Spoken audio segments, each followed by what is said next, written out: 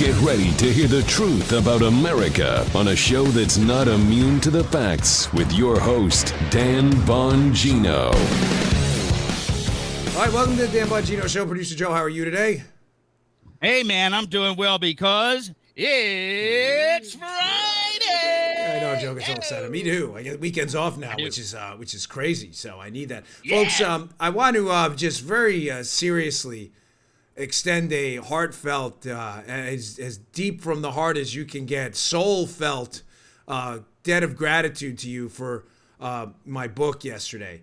We announced yesterday that my second book, Exonerated, The Failed Takedown of President Donald Trump by the Swamp, that is the title, was available on Amazon for pre-order. The book's going to blow your mind with the Civil War we talk about in July and how Mueller freaked out in July and everything that had all the breaking news we have in there. The book jumped from 167,000 or something on Amazon last night to the 30s. So I deeply appreciate that. Please go pick it up. It's available on Amazon. I'll put the link in the show notes again today. Exonerated, the failed takedown of Donald Trump. The information we have in there about what happens to Mueller in that July 27th thing is going to blow your mind, and how this had all been done before. We lay it out like a movie plot. You're going to love it. Thank you so much. The book was rocketing up the charts. So go pick it up, please, on pre-order. Helps us determine how many copies to print. It's going to be a lot after yesterday. So thank you very much. All right, here's what I want to lay out for you today. Trump rally last night, phenomenal. I want to get to that, and I want to take it from a different angle you've heard. Secondly, the movie script plot we talk about in book 2, Exonerated, how this had already been done before. It's a prepackaged movie script they tried on Donald Trump, has now been confirmed because of Nellie Orr's transcripts that were released. It is amazing. You did not waste your time in the show. All right, let's get right to it. Today's show brought to you by our buddies at Boll & Branch. These are the finest sheets out there. Everything Boll & Branch does, from their bedding to blankets, is made from pure 100% organic cotton, which means they start out super soft and they get even softer over time. These sheets are like sleeping on a cloud. I love them. I can't sleep on anything else. Matter of fact, I hate going to hotels now because they don't have Boll & Branch sheets. I know I'm a sheet snob, but these are the best sheets around. You will never sleep any better. Everyone who tries Boll & Branch sheets love them, including me. That's why they have thousands of 5-star reviews, and Forbes, the Wall Street Journal, and Fast Company are all talking about Boll & Branch. Even 3 U.S. presidents sleep on Boll & Branch sheets. Shipping is free. You can try them for 30 nights. If you don't love them, send them back for a refund. It won't be necessary. You're going to love them. But I doubt you want to send them back. Try them. There's no risk and no reason not to give them a try. To get you started right now, my listeners get $50 off your first set of sheets at bollandbranch.com. Promo code Bongino.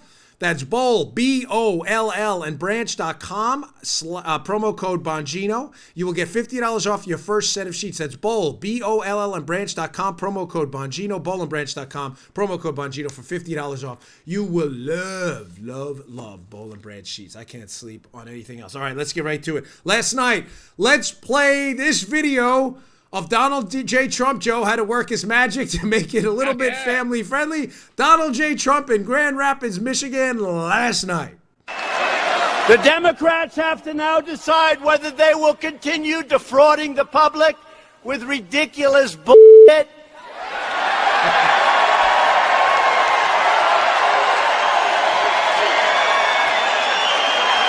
Partisan investigations, or whether they will apologize to the American people and join us to rebuild our crumbling infrastructure, bring down the cost of health care and prescription drugs, which we're doing incredibly, help us fix our broken trade deals, which are coming along really well. We have our team right now in China. They just arrived. This is Trump, folks. Now, why did I pick that particular cut? Now, obviously, because it was televised live on cable news, C-SPAN and others. That's where that came from. It was televised all over, and Joe had to bleep it out because Trump dropped the BS line on TV. Are they going to expose us to more partisan bull? And I'm sitting there with my wife, and she's over at the kitchen island thing. I'm sitting on the couch like a big open floor plan. I turn around, I look at her, and I'm like, that's Trump. Now, I like to add things. I don't ever bring stuff up just for emotional effect. Like, oh, that was great. I'm a supporter of the president. But I'm bringing that up for a reason. There's something I've discussed in this show often.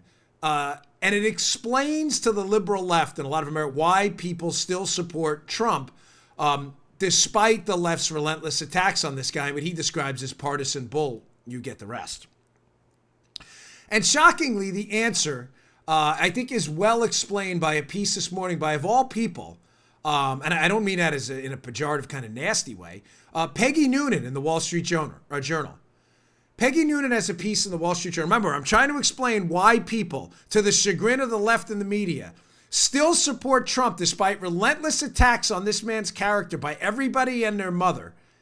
And the left refuses to understand it. So Peggy Noonan's piece is entitled "The Two Americas Have Grown Much Fiercer." And she explains something Joe and I have described in this show in the past. She explains it, I think, a little better even than I did. And she's not a big, Trump supporter, by the way. But sometimes you find support for your data and your theories in very odd places. Joe and I have described this as battlefield mentality. How Donald Trump is a warrior. He talks like a fighter. He talks like a pugnacious, a boxer, a street guy. And I don't mean he's not intelligent. That's not what I'm saying. He talks like normal people talk. When Joe and I talk before the show, because it's a family-friendly show, it's occasionally Joe and I will drop a bomb in there, a cuss word. I'm not proud of it. I've tried growing up in New York, I've got to try. I know I'm trying to make my language a little more, a little cleaner, but it's tough. Growing up in New York and where Joe grew up, and it's just part of the lexicon, and it's tough to get out. Trump talks like a normal person, like normal people, and it comes off at times as very aggressive and like I said, pugnacious, like he's a fighter. Now, this rhetoric wasn't always necessary in American politics because there was more of a kind of symbiotic relationship between both sides that shared a common set of values, that America was a good place. It was just differing views on how to get there. The point I'm trying to make is we're in a battlefield mentality now where the left is under full attack and it's not good enough for them to win anymore. In other words, there are no common set of values anymore, Joe. The left thinks America's an awful place that needs to be destroyed as we know it. Trump thinks we need to make America great again. Those two ideas can't coexist. Now, Paul, if you wouldn't mind putting up on the screen, this is a snippet from the Wall Street Journal piece where Peggy Noonan describes what I call battlefield morality. Battlefield morality is this. Trump is the chosen leader of this time because when you're in a foxhole with a guy, things you may have found bothersome while you were out with him in a bar, oh, he talks too much. You don't care when he's firing down range and protecting your butt against an encroaching enemy army. Battlefield morality is different than hanging out at the bar morality. You get it? Does that make sense? Mm-hmm. Trump is the guy in the foxhole with us right now in a different scenario. Peggy Noonan says this, talking about the kind of popularity, she's talking when she mentions popularity for legislative proposals. She said, but that kind of popularity is probably not possible in this environment for many reasons. It's that policy demands have become maximalist. This is a great point. She's talking about the left here. It's not enough that contraceptives be covered in the government-mandated plans, Joe. Nuns now must conform. It's not enough that you must be sensitive to the effect of your words and language. You must be punished for saying or thinking the wrong thing. It's not enough that gay marriage is legal. You must be forced to bake that cake. It won't do that attention be paid to scientific arguments on the environment. America must upend itself with Green New Deals or be judged not to care about children. I'll get to that later in the show, too, if we have time. And I'll double down on this argument. Beautiful. She is a gifted writer. She was a speechwriter for Reagan. And again, although we have different approaches, I'm obviously a little more aggressive in my style than Miss Noonan. I still enjoy the Wall Street Journal, even though they conveniently left me out of a piece the other day talking about a congressional race I ran in. They're like, and Larry Hogan was on the ballot. He ran for Congress, really? I ran for, but that's a whole other story. I'll explain some other time. Funny, Joe. You'd get a kick out of it knowing Maryland politics. But she says it beautifully. She's describing the battlefield morality and why we've chosen Trump as a general on that battlefield now. Because this is not the time for barroom mentality. Oh, man, my buddy Joe, I'm in the bar with him, and this guy can talk a lot in a bar, and sometimes he's really aggressive when he gets drunk. None of that matters on the battlefield in the trenches when hot lead's coming down your range. Nothing. You picked a fighter. The biggest, strongest warrior you have with the biggest personality ready to lob rounds down range and fight back. In other words, I'm suggesting to you that battlefield morality has been posed upon us by the left, as Noonan lays out in the piece, whether she tries to or not. Because, Joe, it wasn't good enough for the left to win legislative proposals. That's the barroom mentality. You win, you shake hands at the end. The left got gay marriage passed through in the courts. I don't think they did it the right way, but they did what they did through, instead of through policies, largely through the courts. But no matter where you stand on the issue, folks, no matter where you stand on gay marriage, the left, there's no question, has come after people who disagree on religious reasons.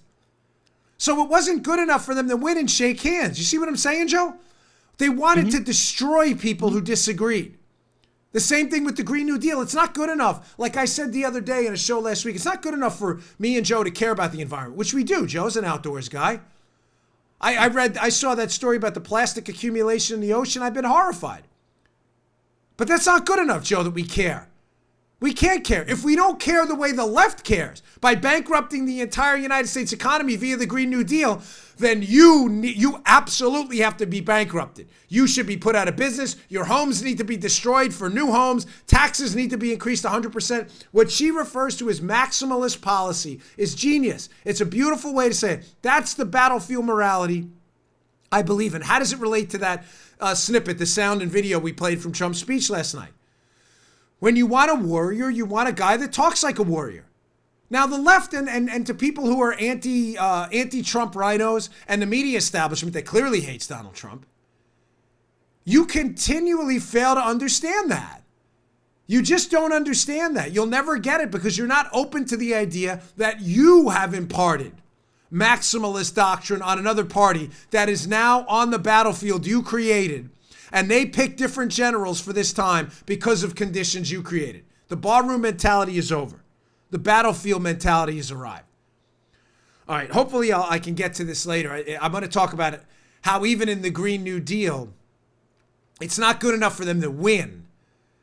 Now it's about draconian measures to punish you as well. So I'm going to hopefully get to that later. But I've got so much else to get to, especially when it comes to just incredible breaking news about the movie script. Now, ladies and gentlemen, in book 2, one of the things we have been, thanks to some sources, I don't want to take credit for this exclusively myself, but one of the things on this show we have been at the tip of the spear, at the vanguard of moving along, is the fact that the breaking news we found over the last year about this case against Trump, the Spygate case, the Russiagate case, the collusion hoax, the dossier, the whole thing, that's all well and good. Now that Mueller's debunked all of it, we can hammer it, and we have been this week. But the breaking news, Joe, on this show, is that this has all been tried before. This is the show that uncovered the 2007 movie script article in the Wall Street Journal, written by Glenn Simpson. This is the show that tied it to the prior attacks on McCain. In other words, ladies and gentlemen, the Democrats went shopping around for a prepackaged script to attack Donald Trump. That came in the form of the dossier. The information in the dossier, ladies and gentlemen, closely resembles an article written by the company that produced the dossier, Glenn Simpson's Fusion GPS. That company, Glenn Simpson ran it. He was a writer for the Wall Street Journal. The dossier had been written before. It tracks almost completely, even with some of the players. At least in the plot, a 2007 Wall Street Journal piece Glenn Simpson wrote with his wife by the Wall Street Journal about ex-Soviets trying to influence U.S. politics.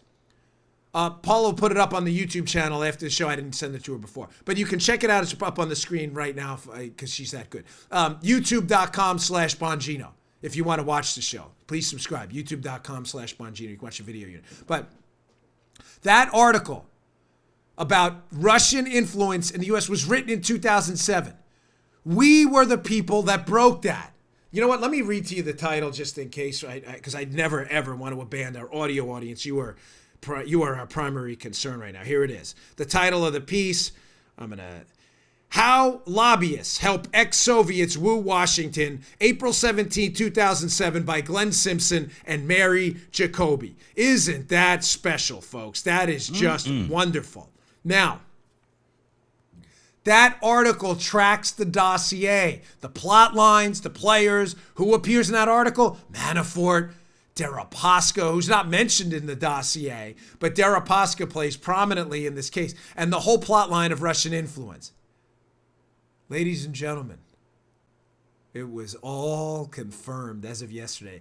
You did not waste your time. By the way, this is a book 2. We hammer this. Go pick it up on Amazon. Exonerated, the failed takedown of Donald Trump by the swamp. You are going to go crazy over this book. It's a lot easier than the first book, too, because it tells it in like a spy story instead of like a police file, which we did the first book. We did that for a reason. Why was it confirmed? Nellie Orr, Bruce Orr's wife, who is working for Fusion GPS, Glenn Simpson's company, the author of that Wall Street Journal piece you just saw, Glenn Simpson hires Nellie Orr. Nellie Orr spoke to the House under oath, and Doug Collins, a House GOP member, released the transcript yesterday. What did she say at one point in the transcript? Paul, if you wouldn't mind putting that up on the screen there. She says in the transcript, at one point in the transcript, asked under oath in her Capitol Hill questioning, she's asked about the hiring process at Fusion GPS and how she got hired by the guy who wrote the movie script in 2007. Here's her answer, ladies and gentlemen. Bingo, it's going to blow your mind here. Nellie Orr. I should mention that on a very important aspect of my recollection of him, she's talking about Glenn Simpson, was that he had done some very important work as a Wall Street Journal journalist on exactly Russian corruption, organized crime, and oligarchs and things like that. So I knew we had a shared interest in that topic. So that was kind of context for our discussion. And in terms of, we need someone, whether he said something like that, it's my sense that he was saying, we can always use someone who has those kind of skills. That's page 20. I have the transcripts in the show notes today, the complete transcripts. If you want to go to page 20, you can read that. So Nellie Orr is practically confirming here what we've been telling you the whole time, that it's Glenn Simpson's prior work on Manafort and what he believes to be Russian influence in the United States through Manafort and others. That it's Glenn Simpson's journalism work that is being transplanted now into the Trump campaign, and that's the expertise Simpson was seeking out. But who was seeking out Simpson? The Democrats and Hillary Clinton. You see where I'm going with this, Joe? The Democrats were shopping around for a prepackaged narrative on Russians to attack Donald Trump with.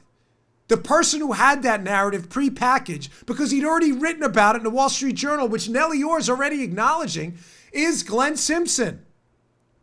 Why were they hunting around, Joe, for a prepackaged Trump colluded with the Russians narrative? Because they already tried it on John McCain in 2008. And it worked, despite the fact that the Bush administration shut a lot of it down. I believe. The Obama administration ran with it and allowed spying on the Trump team. Folks, you did not waste your time here. I adore my audience. You guys had me almost in tears yesterday when I got an email from my publisher. I hate to keep bringing it up, but nobody's book on pre-order goes out unless you're like Howard Stern. He's like, I can't believe this. You're number 30 on Amazon. You guys and ladies are amazing. And I owe you honest information. And this is not a pat on the back to me. I've had incredible people help me source this. The movie script story I told you months ago is true. Or is practically acknowledging it, that it's Simpson's work that he'd done in the past. Not related to Trump, but the Russia influence thing that they just prepackaged to engage in a political attack they'd already done on John McCain. Who do we go to? Let's go to Simpson. He's already wrote this. Okay, Joe, let's erase the name John McCain and just stick in Donald Trump. That'll work. Great job. Yeah, baby. That's just like the bare naked ladies. They know. Remember, it's all been done before, It's true. You always have the pop culture references down. We're gonna leave you today on a good pop culture reference. Joe had some additions to it. The Brothers thing yesterday, I got a lot of emails on. We have some additions to we'll call it the Brothers files. Pretty funny. All right, but moving on. On a serious note. Great show notes today. Jerry Dunleavy, another great piece of Washington Examiner today in the same topic. So that's not the only breaking news from Nellie Orr. Nellie Orr is now confirmed, because we have the transcripts, that that foreign collusion with Fusion GPS is real. Paula, if you wouldn't mind putting up slide 2 there on the screen, I'll read it to you here. So, again, a transcript of Nellie Orr's testimony talking about a foreigner by the name of, you've heard this name before, on the show, Ukrainian journalist turned lawmaker, Sergei Lyshenko. Okay, here's the question. And who were the sources? They're asking Nellie Orr for their information. She says, I recall they were mentioning someone named Sergei Lyshenko, a Ukrainian. Wait, Joe, time out. I thought collusion with foreigners was off limits and worthy of investigation. So now the company they're using, Fusion GPS, to gin up a dossier and a bunch of fake crap on Donald Trump. Wait, Paula, throw that up again. The woman who works for the company is now acknowledging that they used a foreign source. She goes on. And did they give any indication as to Lyshenko's connection with him? How they got to know him? Were they doing work with him? Nellie Orr answers, with Fusion GPS? The questioner goes, well, correct. She says, I'm not aware of how they, well, were you aware of how they had a connection with him? She goes, I'm not aware. The questioner then says, but were you aware that he was a source of information? Ukrainian, Lyshenko. I thought we're not supposed to deal with foreigners. That was leading to information that they had and that they were presenting to you as reasons for follow-up on opposition research or what research? She says, yes. Folks, do not lose the forest for the trees. When the Democrats, like with all due respect, I work with her, Jessica Tarloff, Marie Harf, and others at Fox News. When they bring up on Fox, and I get to debate them, I'll bring this up, and I'm letting them cheat, by the way. And then they're very nice to me personally, but they keep bringing this up that, this contact with foreigners, although it may not be criminal, it's shady, and it's definitely evidence of collusion, maybe not criminal. The lady who's producing some of the information for the company paid by Hillary is admitting under oath they colluded with foreigners. Can you read that? That's her testimony. I didn't make that up. Paula, did you Photoshop that? No, her answer is no, she did not. She did not Photoshop that. Now, so again, if you're concerned about collusion with foreigners, why aren't you investigating Nellie Orr, Fusion, Hillary, and Sergei Lyshenko, their Ukrainian source? The answer is because they're not interested. They're hiding the activities in Ukraine, which if you missed episode 943 of this week, that is a must listen to. The depths of the Ukrainian corruption with the Obama administration that they're really hiding and how devastating it's going to be for Joe Biden when it comes out. All in episode 943 on Monday this week. Please listen to it. That's why they needed Ukrainians to bury Trump, to hide all their own nonsense. Okay, now next piece of testimony from Nellie Orr, where she basically admits she's trying to tie Manafort. They're trying to tie Manafort, who's the star of the 2007 movie script article by Glenn Simpson in the Wall Street Journal, where they're trying to tie Manafort to Ukraine. Throw that up on the screen. Here's another question. So the questioner says to Nellie Orr, so Paul Manafort, cover that a little bit. She says, yeah. Were you asked to research him, he says? She says, yes. Well, specifically, Nellie Orr answers, yes. Listen to this. In regards to Russia or regards to, and the questioner cuts off, she says, Russia, Ukraine mostly. Oh, nice. Isn't this? Everything I've told you on the show is now coming out and emerging from the water in historic fashion. Like the Bond girl in that Bond movie. I don't even remember, was that Dr. No or whatever, where with the knife on her belt there. Emerging from the water like the central scene of the movie. Everything I've told you is true. Why is that passage from Nellie Orr's testimony important? Because, folks, the movie script Glenn Simpson writes about Russian collusion and Paul Manafort is written in 2007. Donald Trump isn't even on the scene. They clearly impart that narrative onto, thank you, Paula. She's so good. She has it up on the screen now. Again, youtube.com/Bongino. They clearly impart that Russian collusion narrative being paid by Hillary onto the Trump campaign because the Democrats have tried it before against McCain and they know it's damaging.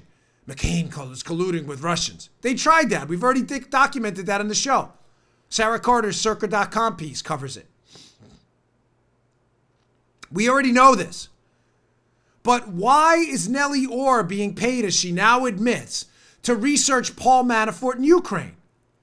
Because, ladies and gentlemen, the Democrats need the whole Ukrainian angle and how Manafort was taking money from Yanukovych, a Ukrainian, the Ukrainian head of state at the time, because they have to bury the fact that the Obama and Clinton team are knee-deep in Ukraine as well, funding this, with State Department funds, funding groups associated with liberal mega donor George Soros, how the ambassador over there is alleged to have given a prosecutor in Ukraine a do not prosecute list, how Hunter Biden, Joe Biden's kids doing all that work over there. So what better way to tie Trump to corruption than to make it out like he's the one doing all the Ukrainian stuff and the Ukrainians are just trying to clean up the corruption in conjunction with the Obama administration. I know that was confusing, but follow me for a second. The Obama administration knows it's knee deep now. They've lost the election to Trump. Surprisingly, they thought all the Ukrainian nonsense was going away.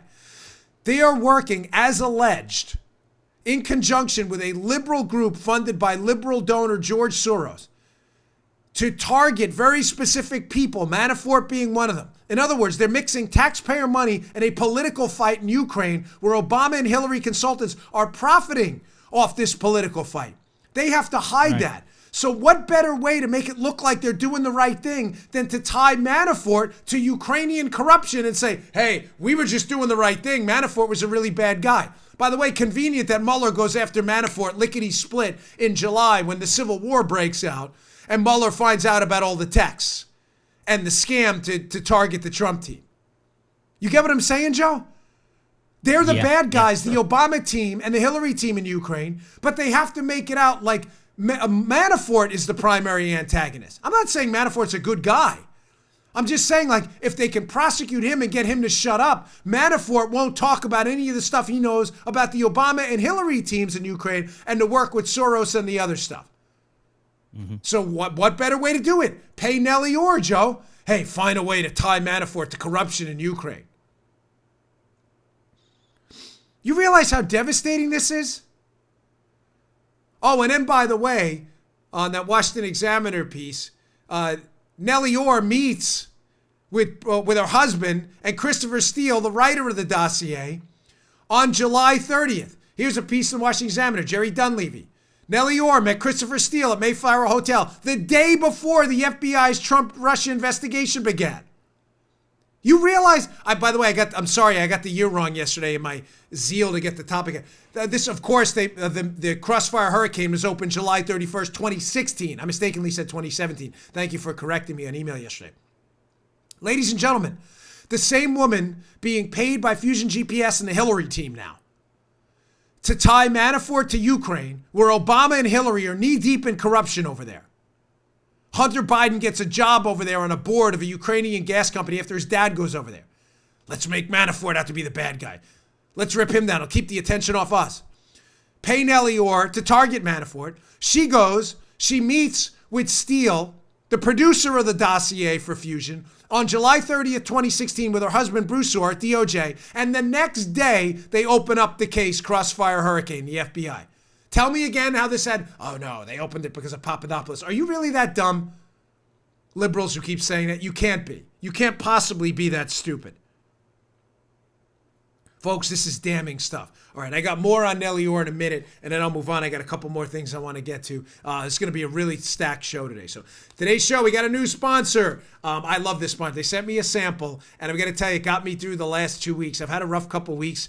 Those of you remember, I had 2 surgeries at a time. Calming Comfort. Listen, every night I have a tough time falling asleep. I've spoken about it on the show. I have really bad arthritis. It's Dan Bongino Medical Malady Hour. And it's tough for me to go to sleep. I have to keep the air conditioner at like 65 degrees. It drives my wife crazy. So they sent a sample of this blanket called Calming Comfort. It is a weighted blanket. And I'll tell you, folks, when I first put it on, I'm like, a weighted blanket? Does that work? Is that comfortable? I can't sleep without it now. It feels like you like being hugged the whole night. Listen, I am not a scientist. I can't explain to you how it works, but I looked it up. This thing works. Anxiety and stress sometimes from the show and all this crap happening, it keeps me awake. No matter what I take or do, it doesn't help. Finally, I tried Calming Comfort. I absolutely love the product. Calming Comfort's designed with high-density comfort fill to provide exactly the right amount of weight to help relax your body. It mimics the soothing feeling of being hugged for less stress and a restful night's sleep. You got to try this. You'll never sleep with anything else again.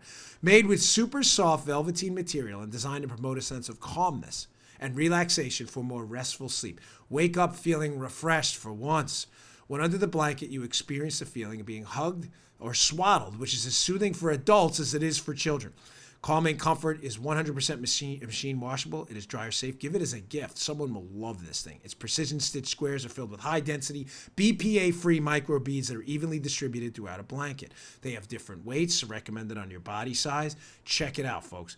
To help reduce stress, anxiety. Again, it simulates that feeling of just being, you want to be tucked in. It's great. Even adults love that. I enjoy it. I can't sleep without it now. Calming Comfort weighted blanket comes with a 90-day anxiety-free, stress-free, best night's sleep of your life guaranteed from Sharper Image. I'm telling you, you're only regrettable you didn't buy this thing sooner. Right now, just for our listeners, you can go to calmingcomfortblanket.com. That's calmingcomfortblanket.com. Use promo code Dan at checkout to receive 15% off the displayed price. Again, that's calmingcomfortblanket.com. Promo code Dan for 15% off. You cannot put a price on a great night's sleep. Go online now, calmingcomfort.com, calmingcomfortblanket.com, calmingcomfortblanket.com, and promo code Dan for 15% off, calmingcomfortblanket.com. You're going to love this product. All right. One last point on Nellie Orr. Another damning piece of info, but it's obvious, but I just bring it up in case you think there weren't political motivations for these attacks. You're delusional. I believe Nellie Orr was selected for a reason. Number one was her familiarity with Russia. Number two, they needed to tie Manafort to Ukraine to hide their own Ukrainian malfeasance, the Obama and the Clintons. Secondly, it's to re-up the movie script from 2007 that they'd used against John McCain in 2008, but replace it with the Trump team. Again, it begs the question how in detail Manafort was pushed into the Trump orbit and who exactly was working within the Ukrainians other than Lyshenko, who we know is a source. Again, I thought foreign collusion was a big deal. Who else in Ukraine was working with we're going to cover that in our book too, which is really damaging stuff. But in case you think Nellie Orr was going to be a fair and impartial observer here, Nellie Orr admitted she wanted Hillary Clinton to win. Article up at the Daily Caller in the show notes today. Nellie Orr. This is a great by Chuck Ross.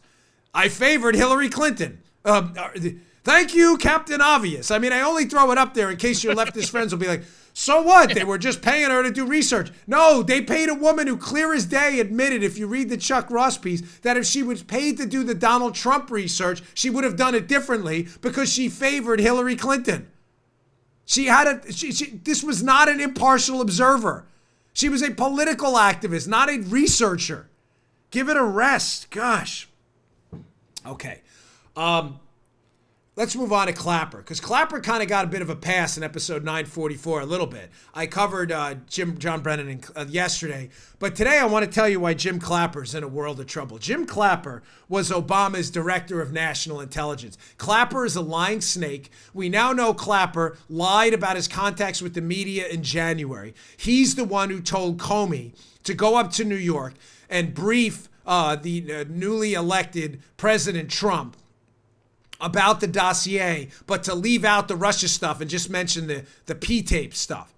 That way they can say they briefed him, and by saying they briefed him on the dossier, Clapper leaks to CNN that there was a briefing about the dossier, which allows the media to do what, Joe?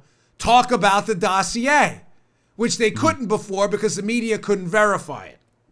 Right. Now, Clapper lied about his media contacts, but Clapper lied about something very, very serious. And this is why I cannot tell you enough. I've said this in speeches multiple times. The three-letter agency people, the DNI, people in the CIA, people in the FBI, I'm convinced at the end of this are going down. Not just for lying, but for lying repeatedly and absurdly going out and giving media interviews. It's all on tape, confirming their lies. I want to hat tip a guy. I can't say his Twitter handle because it's got a vulgarity in it. But if you want it, it's Mike. His Twitter handle is a little different than that. But go to my Twitter where I retweet it for him. I can't say it on the show; we'll get bleeped out. But his Twitter handle, you can follow him. But he put together this video, short, of Jim Clapper directly. This is Obama's head of national intelligence. I'm going to tell you what he's hiding in a minute. Directly contradicting himself in 1 minute or less. Play that cut. I was just going to say, if the FBI, for instance, had a FISA court order of some sort for a surveillance, would that be information you would know or not know? Yes. You would be told this. I would know that. If there was a FISA court order Yes. on something like this. Something like this, absolutely. And at this point, you can't confirm or deny whether that exists? I can deny it. As I understand it, this was simply an extension of the original FISA request, meaning that, or implying that, apparently there was information that was considered valuable that was being obtained via the initial FISA request. FISAs have finite... Jim, I can't use this enough. Remember Bill Clinton? When I was a Secret Service agent with Bill Clinton, he'd go golfing with people, right? And if the guy hit a bad shot and then hit a good shot afterwards at golf, he'd go, same guy, same guy, same guy. We used to love it. We get a kick. He'd say it all the time, right? Yeah. That's the same guy. That is Obama's head of the entire intelligence community. Literally, the director of national intelligence, Jim Clapper, in March of 2017, telling Chuck Todd of NBC that there was no FISA because he would have known about it.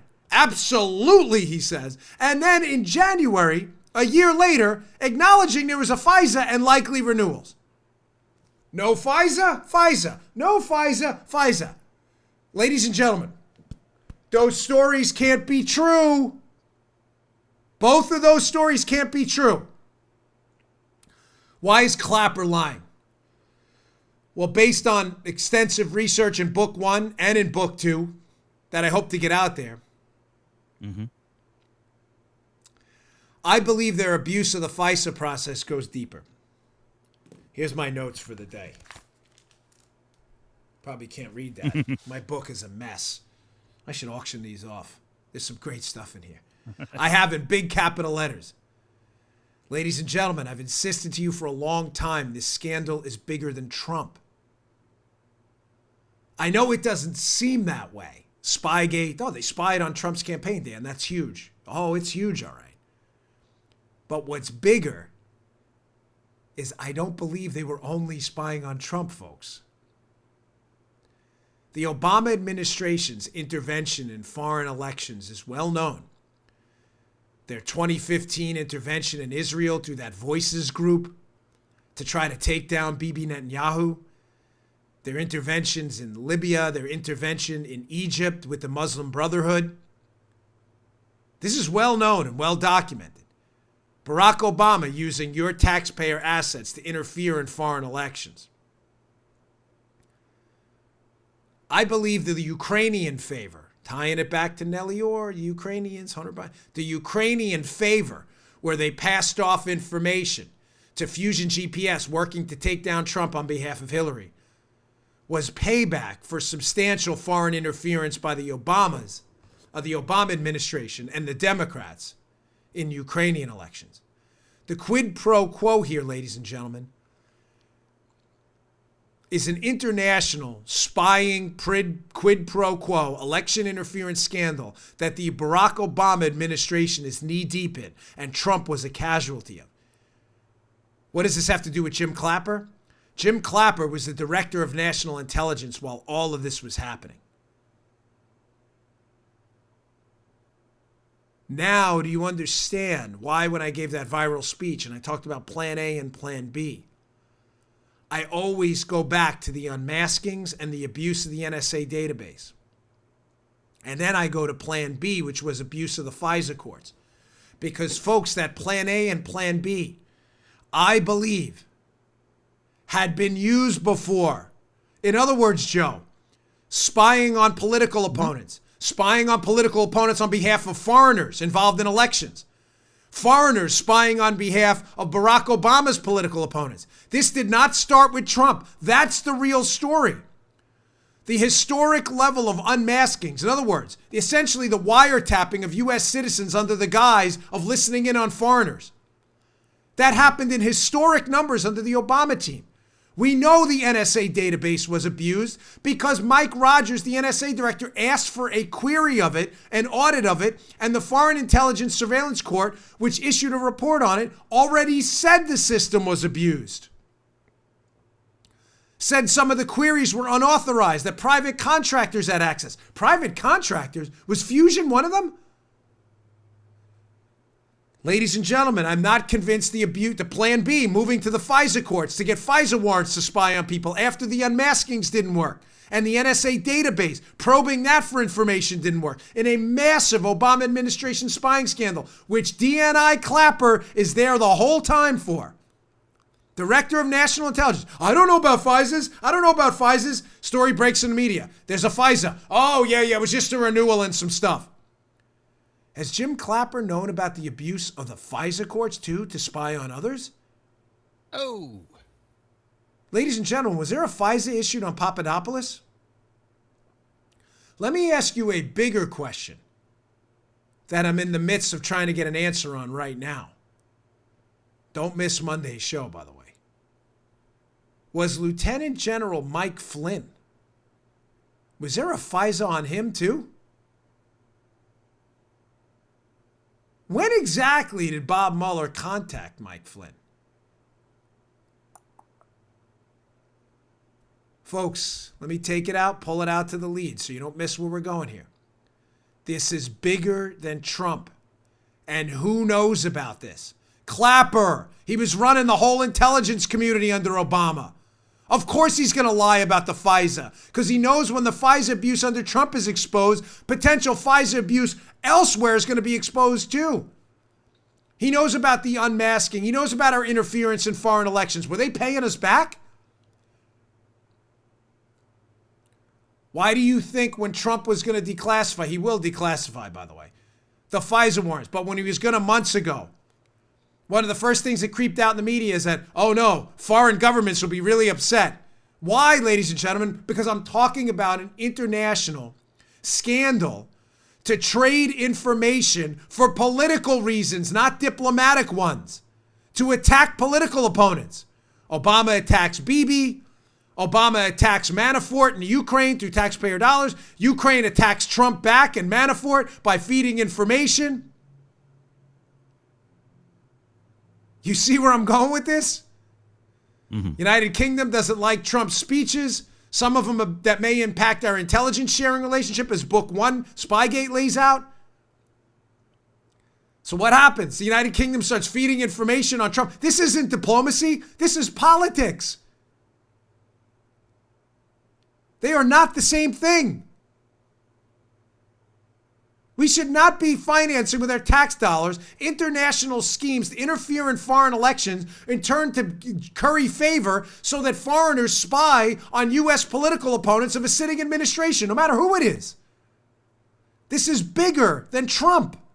That's the problem. That's what the media doesn't grasp here. Or some of them may and understand the impact on the Obama administration, and that's what they're hiding. By the way, I think Mike Flynn knew. I think Mike Flynn knew exactly what was going on. All right, our final sponsor of the day, a really cool company. I was privy enough to get one of their subscription boxes. I opened it, and it was like a kid at Christmas. I'm telling you, there is no better gift out there, by the way, folks. You want to give a really nice gift to someone or to yourself? Go try Battle Boxes. Listen, a Battle Box. Most subscription boxes are full of samples and a lot of junk you'll never use, but not Battle Box. It's a monthly subscription box for men full of solid gear for adventure seekers, survivalists, and outdoor enthusiasts. Battle Box is your monthly subscription for hand-picked outdoor survival and everyday carry gear. This is the real deal stuff. You tried to buy all this stuff separate, you'd be bankrupt. They get it in one box. They get it cheaper at a discount, but it's high-quality, top-notch stuff. I opened my box. There was an unbelievable tactical knife. It came with this high-end sleeping bag in it. I loved it. Battle Box introduces you to the best products, new gear, and innovative companies at a much lower cost if you were to buy them individually. Plus, who doesn't like to get a package full of mystery gear? This makes for a fantastic fantastic gift, again, for yourself or someone else. Go to trybattlebox.com/Dan. Pick up the box you want. They start at just $25 a month. There's no E in battle, though, for this. Trybattlebox.com/Dan.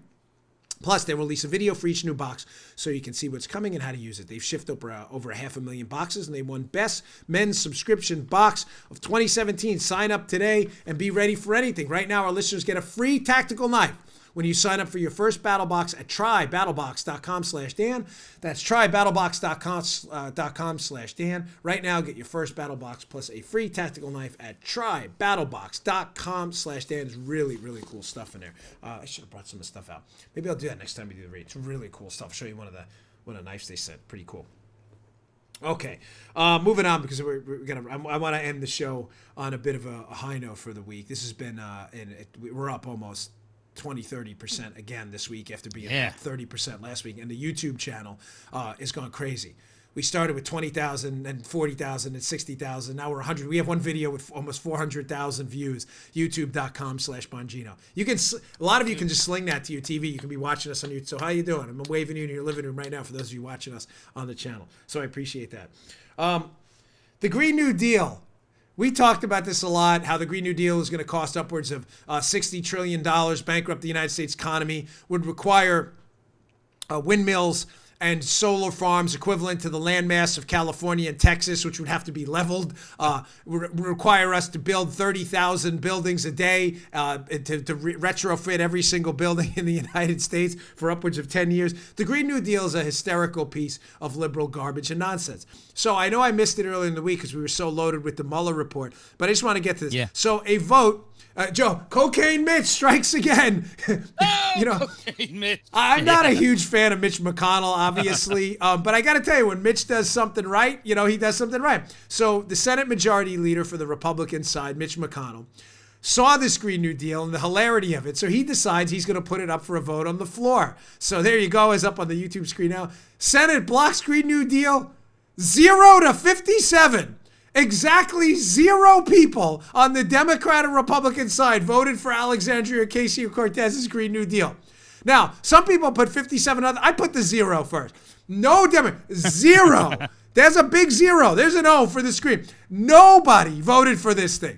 So McConnell brilliantly puts it on the floor and says, hey, you want to stop farting cows, shut down air traffic, level California and Texas for solar farms. You want to destroy 30,000 buildings a day and bankrupt the U.S. economy with $90 trillion in new taxes over 10 years, meaning you'll have no money left over. Then let's put it on the floor. The Democrats freaked out. Now, Joe, why would the Democrats freak out? They love this thing. Now, McConnell's office, in another brilliant move, Cocaine Mitch strikes again. For those of you who don't know the cocaine, I'm not accusing the guy of doing cocaine. It was a nickname given to him by a Senate candidate in West Virginia to be a pejorative that the right kind of ran with in a meme war to you know what I'm saying? Like, Cocaine Mitch strikes again. Here's Cocaine Mitch on his website, puts out this video of all these senators who loved the Green New Deal until they had to vote for it. So what do we want? Green New Deal. And when do we want it? Now. What do we want? Green New Deal. And when do we want it? Now.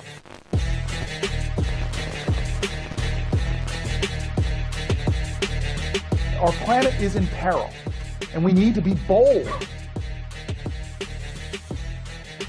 Does the Green New Deal go too far? No. You cannot go too far on the issue of climate change. I see it as a jumpstart. So I would vote yes. Green New Deal, I'm in all the way. Climate change is an urgent crisis, an existential threat to our country and our planet.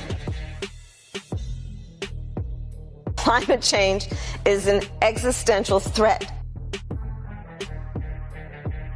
We cannot deny the devastating consequences of climate change. We must act now. We have a crisis on our hands now. We have to rise to this challenge. So what do we want? Green New Deal. On this vote, The yeas are 0, the nays are 57, and 43 senators responded present. So what do we want? Green New Deal. And when do we want it? Now. What do we want? And when do we want it? Folks, if you're listening in the car, that's the greatest video. Listen, the audio is great too. But please go to the YouTube channel, youtube.com/Bongino. You can go to the end and check out the video too, because the video is priceless. What you didn't see for our radio listeners is Elizabeth Warren, Cory Booker, Amy Klobuchar, Kamala Harris, Bernie Sanders, and the sponsor of the bill, Ed Markey, senator from Massachusetts, talking about, what do we want? The Green New Deal. When do we want it? Now. Now. Elizabeth Warren, I'm a yes on the Green New Deal. None of them voted yes. Right underneath each of them as they're talking. Voted present, voted present, voted present, voted. None of them voted yes. Again, telling you what I've told you from day one. Liberals are frauds. Be very proud that in this new era of battlefield morality, you stand with Trump and you're not a fraud. You believe in low taxes because you believe in low taxes for everyone, liberals included, and you'd vote for it tomorrow. You believe in health care you should pick, not the government. You believe in that for yourself, for liberals, for your kids and your neighbors' kids, and you would vote on that tomorrow.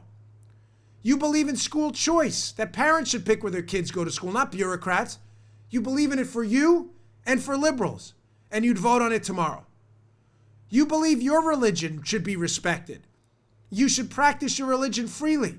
And you believe that for liberals, or you believe people should be free to not practice any religion at all. And you respect their big R God-given right too. You're not a hypocrite. Ladies and gentlemen, liberals are frauds. They swore they would vote for this thing. They loved it. And Cocaine Mitch puts the video out there of every single one of them running and hiding like the cowards they are. Great video. Great job. The Republicans and conservatives out there, shockingly, because we've been terrible at culture stuff in the past and meme wars and things like that, are winning the meme wars. Yeah. Now, to wrap this part up, because this is important, I said I'd get to it and tie it to the Peggy Noonan piece in the beginning. Battlefield morality.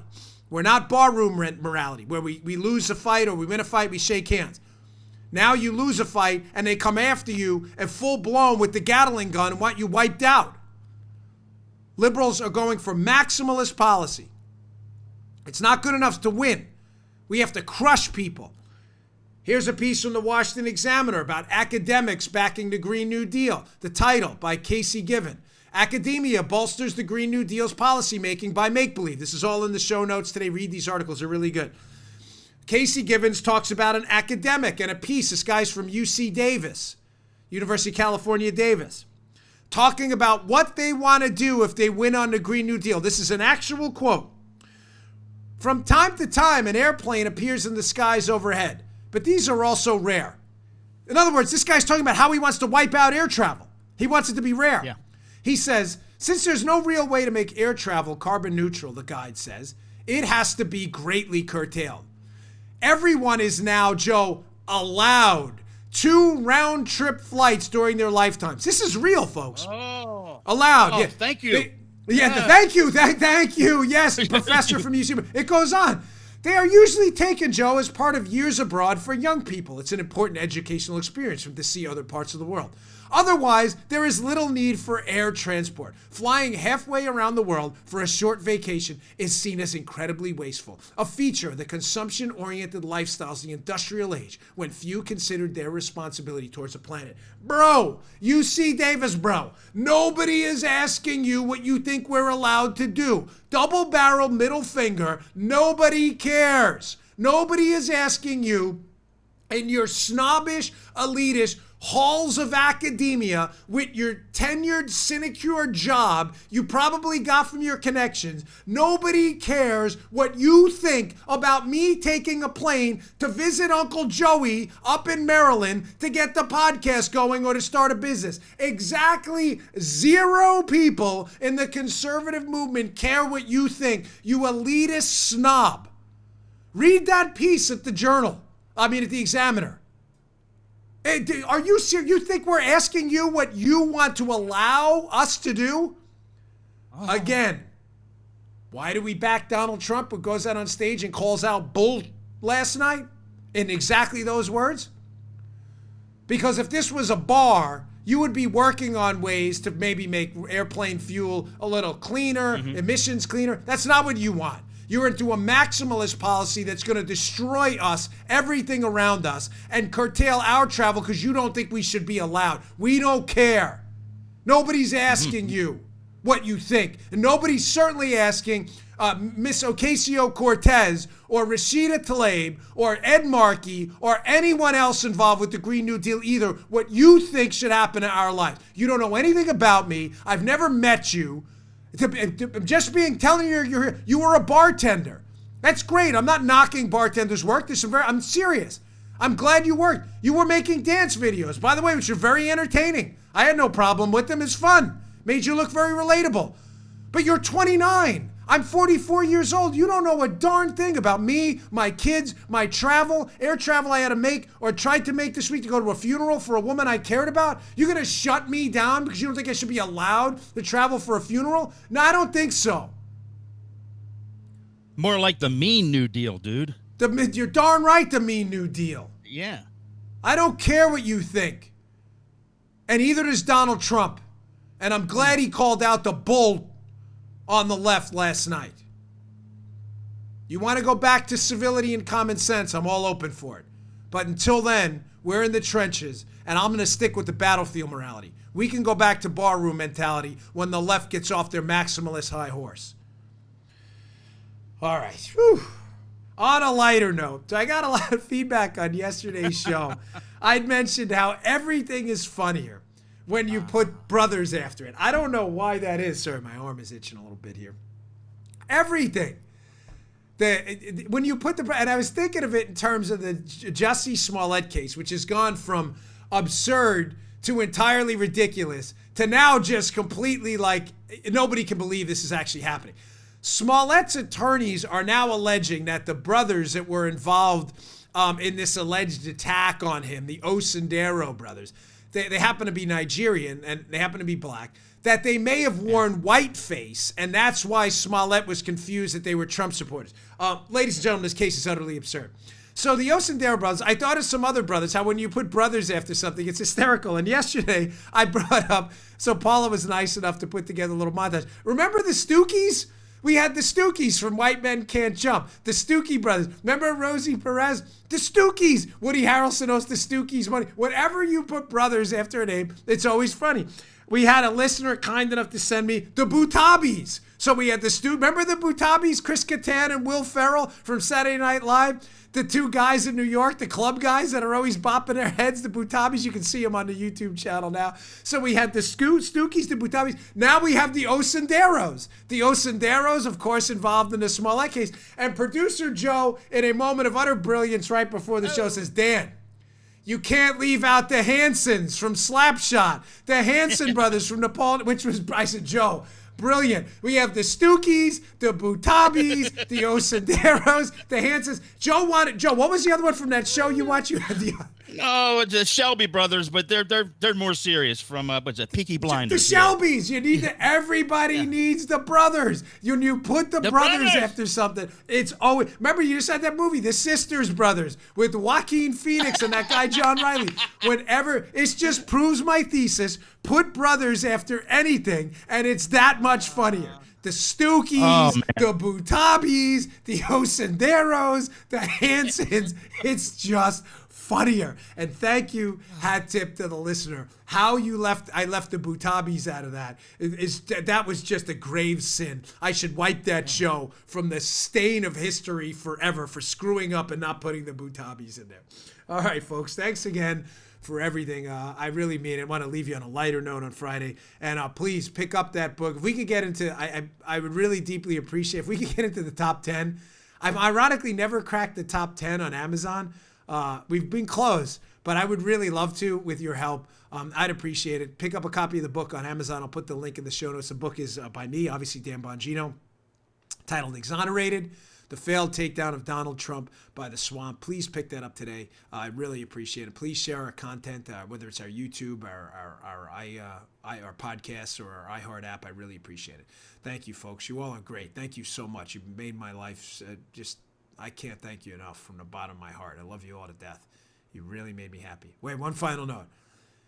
Someone very close to me, I sent out that we were number 30 on Amazon. He's like, you got one hell of a brand. And I thought back, no, I don't. I have one hell of an audience. See you all on Monday. Thanks a lot. Good day, sir. You just heard The Dan Bongino Show. You can also get Dan's podcasts on iTunes or SoundCloud. And follow Dan on Twitter 24/7 @DBongino.